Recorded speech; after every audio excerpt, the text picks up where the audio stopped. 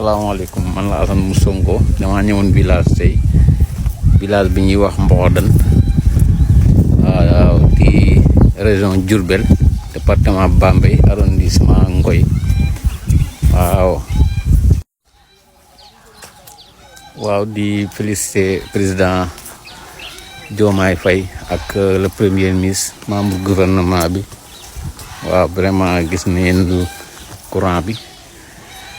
gaay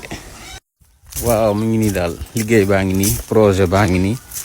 vraiment muy village yu sore mais nag fi poto yaa ngi nii pour montel nañ fili waaw taal rek mu tàkk moo ci des waaw di remercier bu baax a baax Jean-Michel Sène vraiment gis nañ sa taxawaay ci village yi waaw di la féliciter di la ñaanal jàmm yéena bi nga am Sénégal ñëpp am courant ñu la koy ñaanal bu baax a baax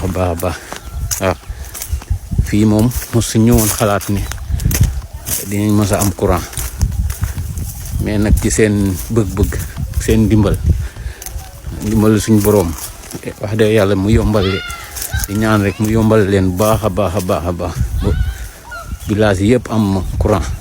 waaw vraiment poto yaa ngi nii waaw 52 villages yi daal yu wër commune de Ngoy daal tuuti ci des rek pour ñëpp am kon ñi ñaan rek village yi des rek ngeen sampal leen ay poto ak courant bi ñëw waaw bu ko defee rek leneen yaa ngi nii Mabouba Diagne mooy ministre de l'élevage ak agriculture gis nga tool yaa ngi nii presque noor ba nawet la ñuy béy waaw à part loolu nag dañuy toog di xaar waaw kon ngeen dimbale ñu rek ci ndox waaw ndox mu bëree bëri waaw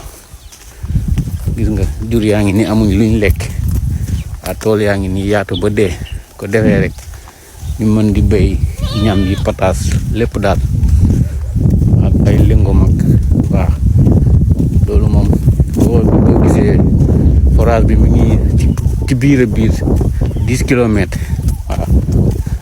village bi ñuy wax Ngaskop foofu la forage bi nekk bu ko defee rek forage bi bu bëree fii rek tool yaa ngi nii waaw dañuy daal di mel ni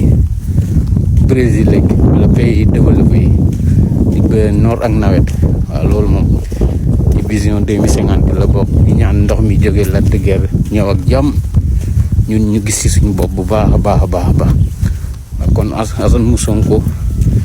leen sant bu baax di leen gërëm